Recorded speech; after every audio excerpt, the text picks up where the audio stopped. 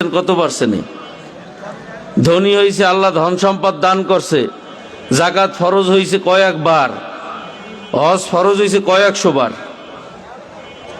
কিন্তু একবারও আল্লাহর ফজলে যাওয়ার তৌফিক হয় নাই এই মুসলমানের সন্তানরাই। কতক্ষণ ঠিক কিনা? এর কারণ আছে না নাই? জোরে কান আছে না নাই? এর সবচেয়ে মৌলিক যে কারণটা সেটা হইল ইহুদি খ্রিস্টানদের বড় একটা ষড়যন্ত্রের ফল। বলে সেই ষড়যন্ত্রটা কি? এই স্বাধীনতার 52-53 বছর থেকে শুরু করে আজ পর্যন্ত এই বাংলাদেশ থেকে কোরআনী শিক্ষাকে উঠাইয়া দেওয়ার যে নীল নকশা ষড়যন্ত্র করা হয়েছে, আপনার আমার সন্তানরা কোরআন শিখতে পারে নাই, প্রাইমারি স্কুলে কোরআন শিখানোর ব্যবস্থা রাখে নাই, হাই স্কুলে রাখে নাই, কলেজ ভার্সিটিতে রাখে নাই, কোথাও কোরআন শিখবে মুসলমানের সন্তান এরকম কোনো ব্যবস্থা রাখে নাই। আর কোরআনী শিক্ষা থেকে দূরে থাকার কারণে মুসলমানের সন্তান গাঁজা খায়, মদ খায়, হিরোইন খায়, বাপ মায়ের গাঁজার টাকার জন্য মারে, বাপ মায়ের গাঁজার টাকার জন্য হাত করে। কথা কন ঠিক কিনা?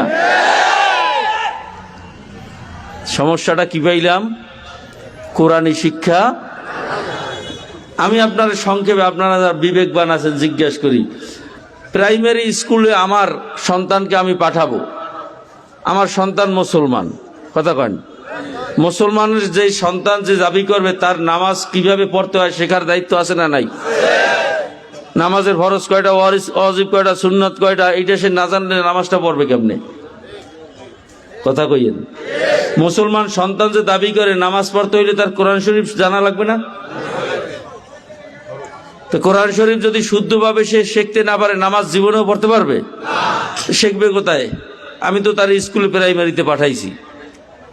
তাহলে আপনি আমি কেন আজ পর্যন্ত প্রশ্ন তুললাম না বাংলাদেশে কোন জায়গায় কবে কোথায় মিছিল হয়েছে, মিটিং হয়েছে যে প্রাইমারি স্কুলে কোরআন শরীফ পড়ান যাবে না? কথা কন, কেউ মিছিল করছে?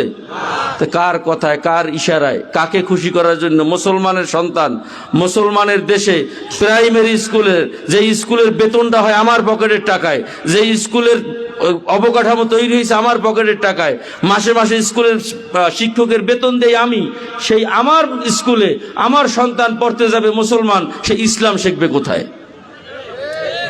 বোঝেন নাই কথা?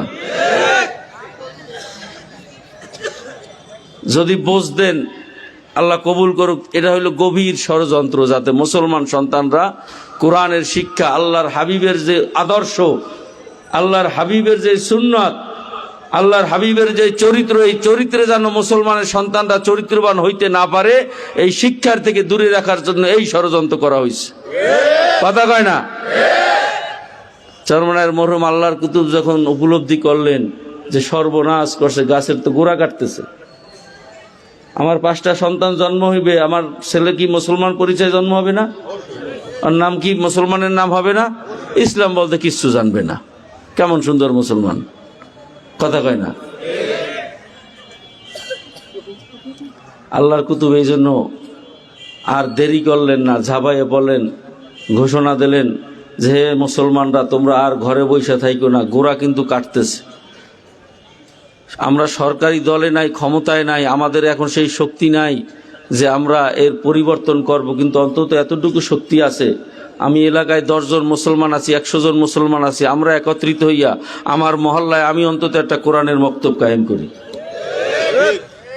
তাইলে অন্তত আমার সন্তানগুলা প্রাইমারি স্কুলে যা শিখায় অত শিখবেই, পাশাপাশি ও মুসলমান হিসাবে কিভাবে বড় হবে, মুসলমান হিসাবে কিভাবে বাঁচবে, কোরআন শরীফটা সহি শুদ্ধভাবে শিখবে, নামাজের ফরজ, ওয়াজিব, সুন্নাত, মুস্তাহাব, নামাজ ভঙ্গের কারণগুলো শিখবে, অজুর ফরজ ওয়াজিবগুলো শিখবে, অজু ভঙ্গের কারণগুলো শিখবে, রোজার মাসালা, জানাজার মাসালা, কিভাবে আপনার ইন্তেকাল হলে আপনার সন্তানটাই যেন আপনার জানাজাটা পড়াইতে পারে, এই শিক্ষাটা, জুমার নামাজটা যেন সে পড়তে পারে, পড়াইতে পারে, ঈদের নামাজটা যেন পড়তে পারে, পড়াইতে পারে, অর্থাৎ দৈনন্দিন জীবনে মুসলমান হিসাবে আল্লাহর হাবিবের সুন্নাত অনুযায়ী জিন্দেগি চলার জন্য যতটুকু জ্ঞান তার দরকার, অতটুকু জ্ঞান যেন অন্তত তার এই বাংলা, অঙ্ক, ইংরেজির পাশাপাশি শিখাইয়ে দেওয়া হয়।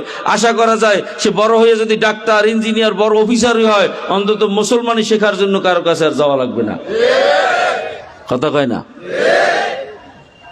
আল্লাহর কুতুবের এই পদক্ষেপটা, এই আওয়াজটা, এই ডাকটা আপনাদের পছন্দ হয়েছে? আলহামদুলিল্লাহ। কার কার পছন্দ হয়েছে একটু বুঝতে হাত জাগাইয়েন। যদি এই পদক্ষেপ না নেওয়া হয় হাত নামান। আর আল্লাহ না করুক এইভাবে যদি শুধু এই সরকারিভাবে যা চলতেছে চলে, একটা পর্যায়ে এদেশের নামে থাকবে আব্দুল করিম, কিন্তু আব্দুল করিম কাকে বলে এইটা আর খুঁজে পাওয়া যাবে না।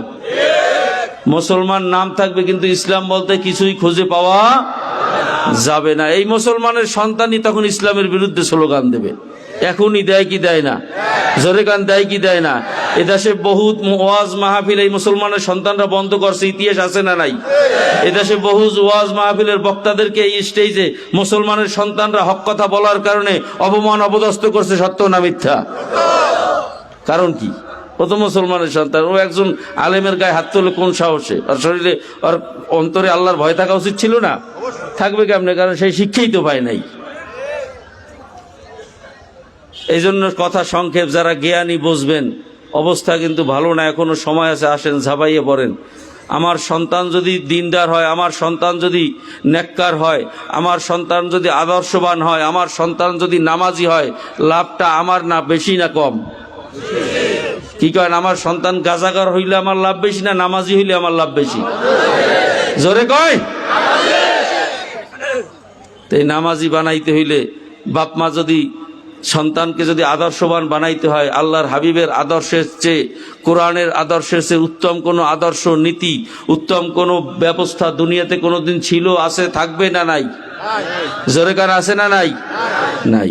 এই জন্য আজকে থেকে পণ করব যে যতদিন বেঁচে থাকবো এই কোরআনের শিক্ষাকে প্রতিষ্ঠিত করার জন্য, কোরআনকে বিরাজ করার জন্য, কোরআনকে প্রতিষ্ঠিত করার জন্য মৌত পর্যন্ত কোরআনের সহযোগিতায়, ওলামায়ে কেরামদের সহযোগিতায়, মাদ্রাসা মসজিদের সহযোগিতায় মৌত পর্যন্ত আমি থাকবো, এরকম একটা নিয়াত কারা কারা করতে পারি? নারায়ে তাকবীর, নারায়ে তাকবীর।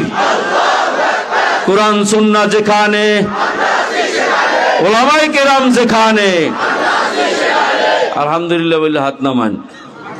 ভাইরা আমার, আল্লাহর কুতুব এই মিশনকে বাস্তবায়ন করার জন্য 1989 সালে একটা বোর্ড গঠন করছিলেন, নাম দিয়েছেন বাংলাদেশ কোরআন শিক্ষা বোর্ড। কি নাম? কোরআন শিক্ষা বোর্ড। এর আওতায় তিনি ঘোষণা দিয়েছিলেন যে আমি চাই যে 68,000 গ্রামে, 68,000 তৎকালীন সময় বাংলাদেশের 68,000 গ্রামের 68,000 মক্তব অন্তত কায়েম হোক, আমাদের সন্তানরা অন্তত কোরআন শিখুক। এই প্রোগ্রামকে সহযোগিতা করার জন্য, আল্লাহর কুতুবের এই মিশনকে সহযোগিতা করার জন্য আমরা জান মাল, জমি আছে জমি দেব, সম্পদ লাগে সম্পদ দেব, শ্রম লাগে শ্রম দেব, টাকা লাগে টাকা দেব। অর্থাৎ আমরা এই কোরআনী মিশনকে সহযোগিতা করব, নিয়াত করতে পারি ইনশাআল্লাহ? যদি করতে পারি, আল্লাহর ফজলে কিয়ামতের ময়দানে এই কোরআন আপনার জন্য সুপারিশের জন্য দাঁড়াই যাবে যে মাবুদকে দুনিয়াতে এই ব্যক্তি কোরআনকে প্রতিষ্ঠিত করার জন্য, আমাকে রক্ষা করার জন্য আমার পক্ষে সারা জীবন কাজ করছে, এর হাতে পায়ে জাহান্নামের শিকল লাগানো যাবে। আমি বানাই বলি না, এরা আল্লাহর হাবিব বলছেন। আল্লাহর হাবিব ফরমান, এমনকি ওই ব্যক্তিকে বাঁচানোর জন্য এই কোরআন আল্লাহ পাক রব্বুল আলামিনের সাথে কিয়ামতের ময়দানে তর্ক শুরু করিয়ে দেবে। কয় না সুবহানাল্লাহ? এবং সেই তর্কে কোরআন বিজয়ী হইয়া ওই ব্যক্তিকে ছিনাইয়া নিয়ে আসবে। এই জন্য আমার ভাইরা, আলহামদুলিল্লাহ প্রায় 10,000-এর উপরে মাদ্রাসা পরিচালিত হইতেছে এই বোর্ডের আওতায়। জোরে কান আলহামদুলিল্লাহ। অতএব এই বোর্ডকে যদি আপনি সহযোগিতা করতে পারেন, এই